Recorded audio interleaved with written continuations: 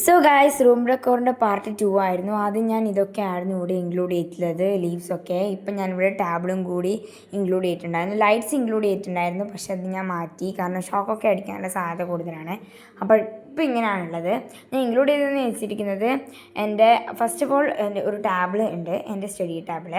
അതിനുശേഷം ഞാൻ ഒരു പോട്ടുണ്ട്, 2 പോട്ട്സാണ് പ്ലാന്റ്സിൻ്റെ. പിന്നെ ഞാൻ കുറേ കോഡ്സ് ഒട്ടിച്ചു, കൂടുതൽ ഒട്ടിച്ചിട്ടുണ്ട്. പിന്നെ എൻ്റെ ബ്ലൂടൂത്ത് ഉണ്ട്, കാരണം ഞാൻ പാട്ട് കേട്ടിട്ടാണ് നോട്ട്സൊക്കെ എഴുതാറ്. പിന്നെ ഫ്ലവർ ഉണ്ട്, കാറുണ്ട്, സ്റ്റഡി ടേബിളിൻ്റെ കൂടെ തന്നെ സ്റ്റഡീൻ്റെ ടേബിളുണ്ട്, എന്നുവെച്ചാൽ ബുക്സൊക്കെ സ്റ്റോർ ചെയ്യുന്ന ടേബിളുണ്ട്.